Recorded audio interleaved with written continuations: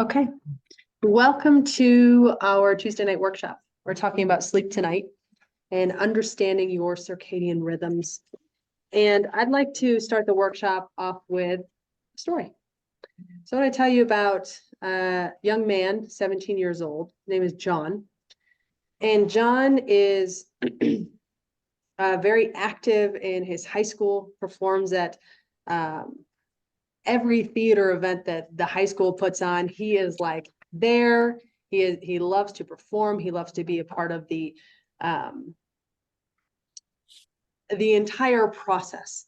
And everybody in the theater department knows, man, you called John, and John is your guy. He is going to be able to help no matter what. He's happy to get up early, happy to stay late, to support the drama club and to support having the best event that the school puts on. John's got a great family. He's got a couple brothers who look up to him and want to follow in his footsteps. He has got a bright career and bright future. He's applying for some of the big art schools and theater schools in his area.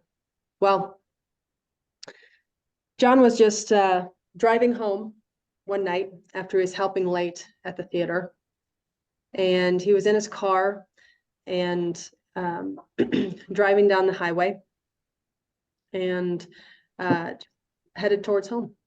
And he saw in his rearview lights as he was looking, he saw some lights coming up. They were coming up pretty fast, but he didn't worry about it. And then he saw the lights kind of swaying back and forth. He started watching, and before he knew it, boom, he was hit. And John tragically lost his life that night. Now, let me tell you about the driver who was driving that car behind him. This driver was a mom. She had 3 kids, and she was totally exhausted because she was taking care of all 3 kids. Her husband was out of town on work for the last 3 or 4 days, and she had reached her limit. But she was still going. She was staying up late, getting up early, sleeping poorly. And she had decided last minute that she needed to run to the store and get some milk for her youngest because they had run out. And she, totally aware and present, not under any influence of alcohol, but she is the one who hit John, survived the accident, and John was killed. This is a totally made up story, so I don't know John or this mom, but I'm sharing this with you because when you look at sleep deprivation, they have compared it to drunk driving. That's how important sleep is. You oftentimes think that your health decisions and health choices only impact you. But in this case, this could potentially impact the life of the 17-year-old boy and everybody connected to him. When you look at the data around what the DOT has put out, and actually, let me make sure, the acute sleep deprivation and risk of motor vehicle crash involvement put out by the AAA Foundation for Traffic Safety, they found that if you are an individual who has slept 2 hours or less within a 24-hour period, you are not fit to operate a vehicle. In fact, if you have slept for less than 4 or 5 hours in the past 24 hours, you're likely to be substantially impaired. And the estimated crash risk associated with driving after only 4 or 5 hours of sleep compared with 7 hours is similar to a crash associated with driving with the blood alcohol content of 0.08, which is 4 to 5 drinks. If you slept less than 4 hours of sleep, it's comparable to a blood alcohol content of 0.12 to 0.15, which is 6 to 8 drinks. So That's how important sleep is in terms of how it can impact your executive function and your ability to be a functioning individual in your life. And you put yourself into a vehicle, and that's where you potentially could impact others. Okay, so let's get into some of the content here. And I'm going to make sure everybody is, oh, everybody's muted, so we're good. Okay, so improved sleep. These are all the benefits to when you're sleeping well. We see better skin. We see a more youthful appearance. We see better emotional regeneration, better relationships, longevity, decreased risk of stroke and cardiovascular disease, fewer accidents, decreased pain, stronger bones, lower levels of inflammation, enhanced function of your immune system, lower risk of cancer and infection, hormonal balance, faster rate of weight loss, lower risk of Alzheimer's disease, cognitive decline, and better memory. Pretty great benefits, right? Mm-hmm. So I think we could all do well with looking at how can we improve our sleep to make us, our best expression of ourselves in how we live our life and our ability to engage in the lives of others. So let's first talk about two main sleep drivers.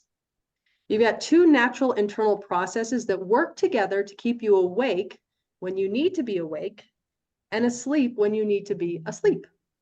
The first one is called the homeostatic sleep drive. And I want you to think about this is the pressure that builds the longer you're awake, right? So if you think about it, and there's actually a hormonal exchange that happens in the brain for this pressure to increase the longer you stay awake. But as you wake up in the morning, you have a totally deflated balloon. And as you work and are active, that pressure starts to increase in that balloon. Once it's full, you're going to start to feel drowsy and tired and want to rest. And as you rest, that balloon deflates. And there's this homeostatic sleep drive and this pressure that takes place that drives when we're awake and when we're asleep. Then you also have your circadian rhythm.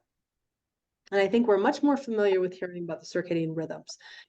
This is the master clock that governs the rhythm of your sleep and wake cycles. This is really tuned in by way of light.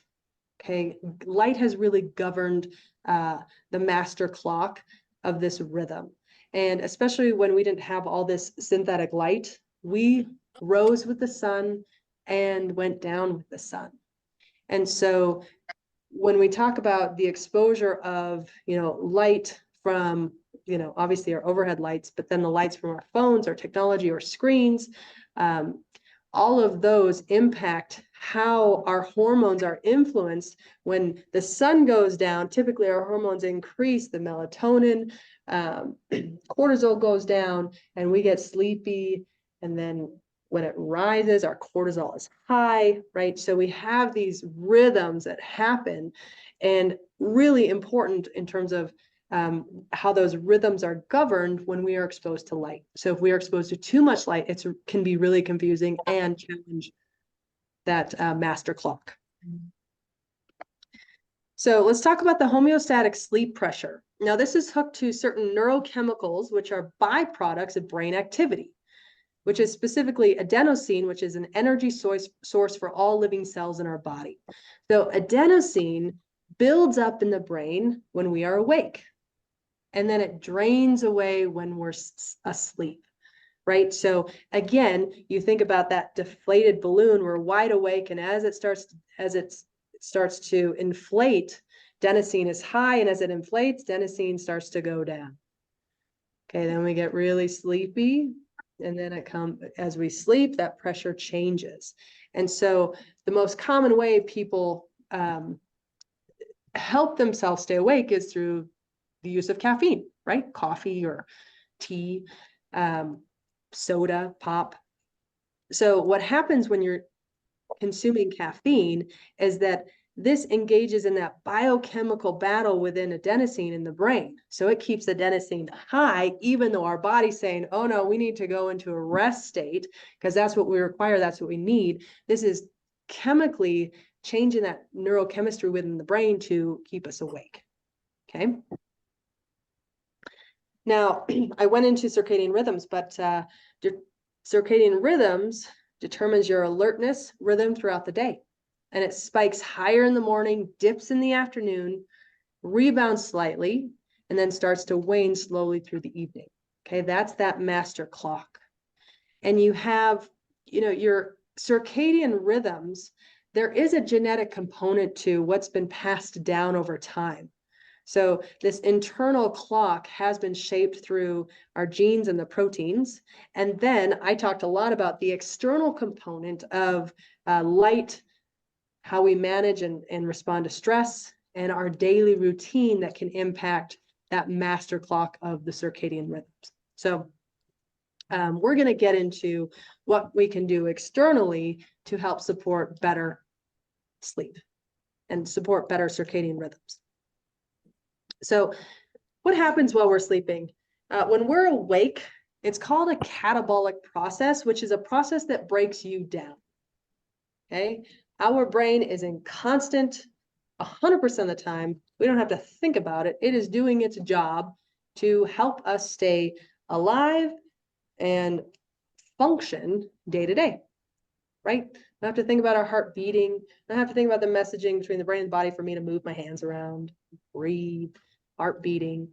And that is a lot of work, and that breaks us down. So we need time to recover, which is what happens during sleep. It's an anabolic function, which helps build you up, get rid of any waste that's created, and build you up, regenerate. So sleep is an elevated anabolic state.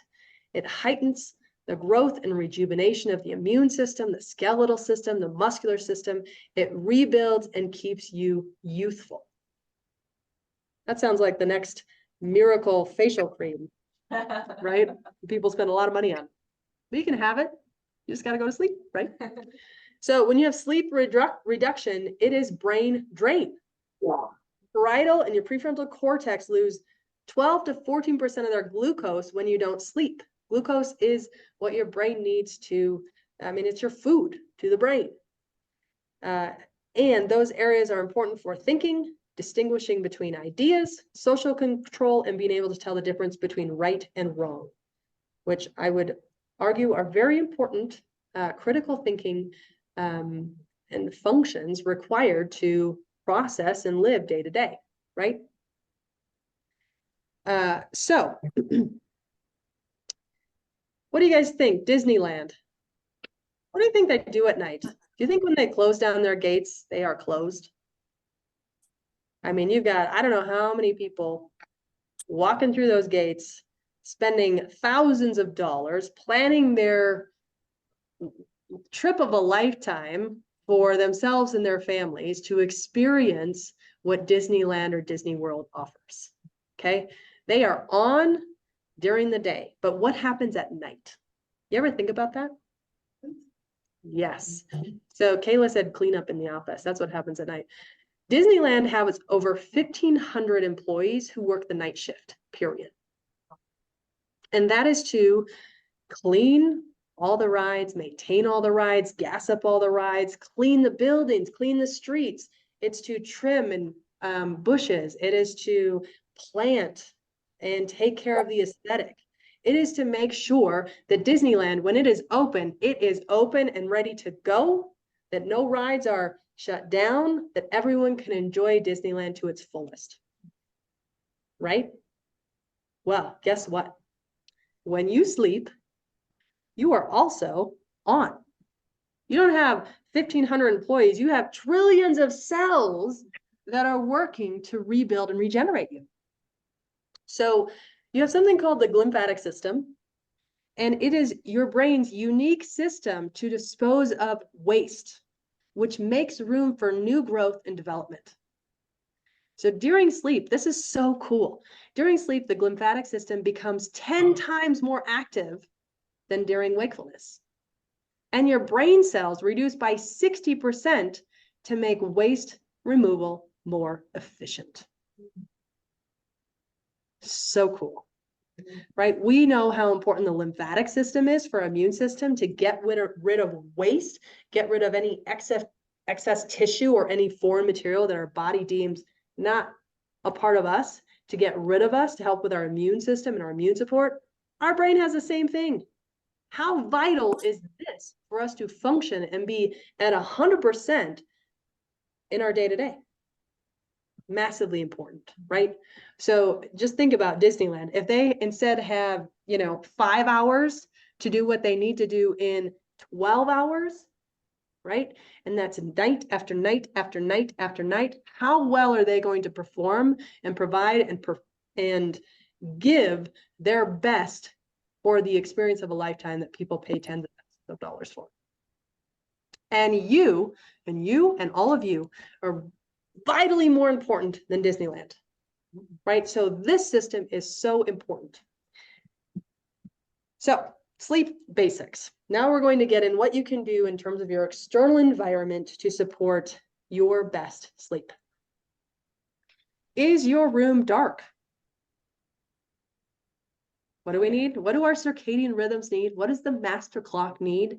It needs dark. It needs the signaling to know it's time for bed, right? So if we have a bright light coming from an alarm clock, or in my case, I have a monitor so I can keep track of my kiddos, or my one child, she's sleeping in our bed.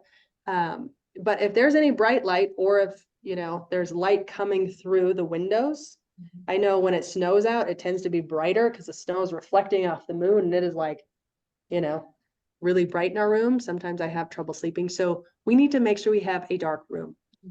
Is your room cool? Sweet spot, 65 degrees. Some people like that, I know. I used to think it was 68 degrees. Actually, we're seeing lower. 65 degrees is a sweet spot for sleeping. If you get too warm, we start sweating, we throw the covers off, it's hot, we just don't sleep as well. So we need to have a cool room to sleep. And there's something about having an environment that is decluttered, that is clean, that helps, that is a reflection of our internal environment, right?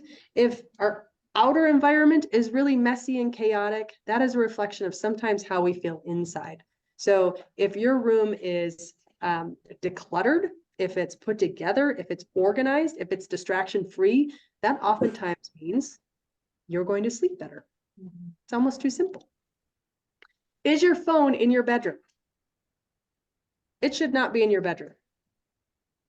Number one, your phone gives off electromagnetic fields that you don't need that exposure at night. There's tons of research out there about this that I don't need to even get into. But number one, phone should go into airplane mode, and you should shut your Wi-Fi off at night.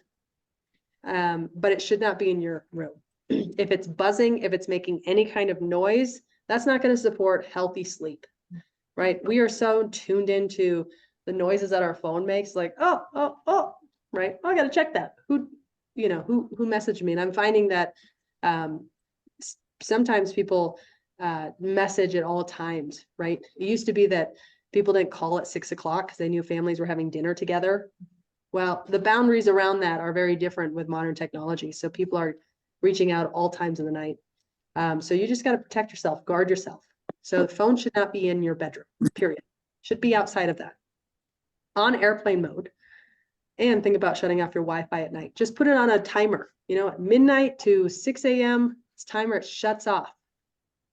Right? You're not going to be on Wi-Fi at 3 a.m., more than likely. And then do you know your sleep data? So there's things that you can utilize to capture your sleep data and your wake cycles. So I think there's a ring. Totally lost what that's called. But there's a ring you can wear. I know that sometimes an Apple Watch or a Fitbit, or there are things that you can use to collect data if you really want to dial in on what's happening during your sleep. And if you're not getting good rest, that may be something that you need to do. If you put all of these just sleep basics in place and you're like, it's not helping, then you need to do a little bit more of a deep dive to see what's actually happening sleep-wise. So we can provide you with that data. I didn't put any of that together tonight because I want to go into some sleep tips. So in order to have your best sleep, sleep tip number 1 is to wake up at the same time every day. Your circadian rhythm is just that. It is a rhythm. And just because it's Saturday does not mean that rhythm changes, right? It needs consistency every day to support a healthy rhythm, okay? So I would say pick your time and get up at that same time every day. Next, sleep tip. Number 2, light. Getting light exposure right away in the morning is vitally important to set off those hormones to go into your rhythms. And you want sunshine. Like if you want to go out, have your tea or wake up and get sunlight in your eyes, that's going to be great for, and you don't have to look directly at the sun, right? But you're just in sunlight and direct sunlight to get that exposure. Not wearing your sunglasses. Okay, you need to get healthy sun exposure and light at the beginning of your day to set off that circadian rhythm. Okay, so tip number 3. So caffeine has a half-life of 5 hours, meaning once you drink it, it's going to be in your system for 10. So if you're drinking caffeine, you want to stop your consumption at 2 o'clock. That means by 10 hours later of 2 o'clock, it's going to be out of your system. And I think that's pretty simple. Caffeine, whether it's pop, coffee, teas, just think about a different, something different to consume because you want to set yourself up best to get your best sleep. Sleep tip number 5. Stop screen time at least 2 hours before bed. And this reduces your artificial light exposure, which can interfere with your body's rhythm. I know that some people have blue light glasses that they wear that will, block out or filter out that blue light. And that blue light interferes with those sleep hormones that you go into more of a restful state and influence, obviously, your circadian rhythms. Some people actually are using red light in their houses. They have a red light bulb for their lamps in their bedrooms. And that can help, again, prepare your body for that sleepfulness. So you can use some different red lights in your house as the sun goes down. And I think that's all I put in terms of sleep tips. Now, there's some really great books out there if you're really wanting to do a deep dive. And frankly, I think if you just start with these actions, you might see,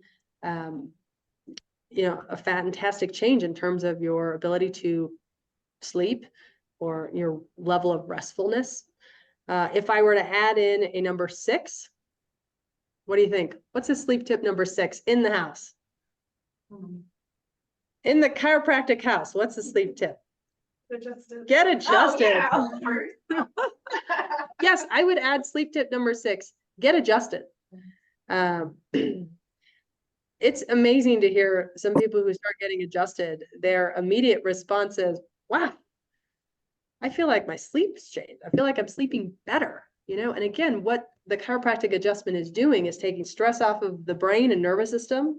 It is helping support better brain-body connection. It's helping with your executive function, helping you make better decisions.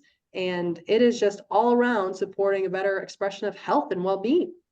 And so whether it's taking stress off of a system so you can actually sleep, or it's getting you into a place where you can make better decisions around how you're setting yourself up to succeed in terms of sleep, you should be getting adjusted on a regular basis. And if you're not, then you should. So that's where I want to end. I started off the workshop tonight with sharing a heartbreaking story.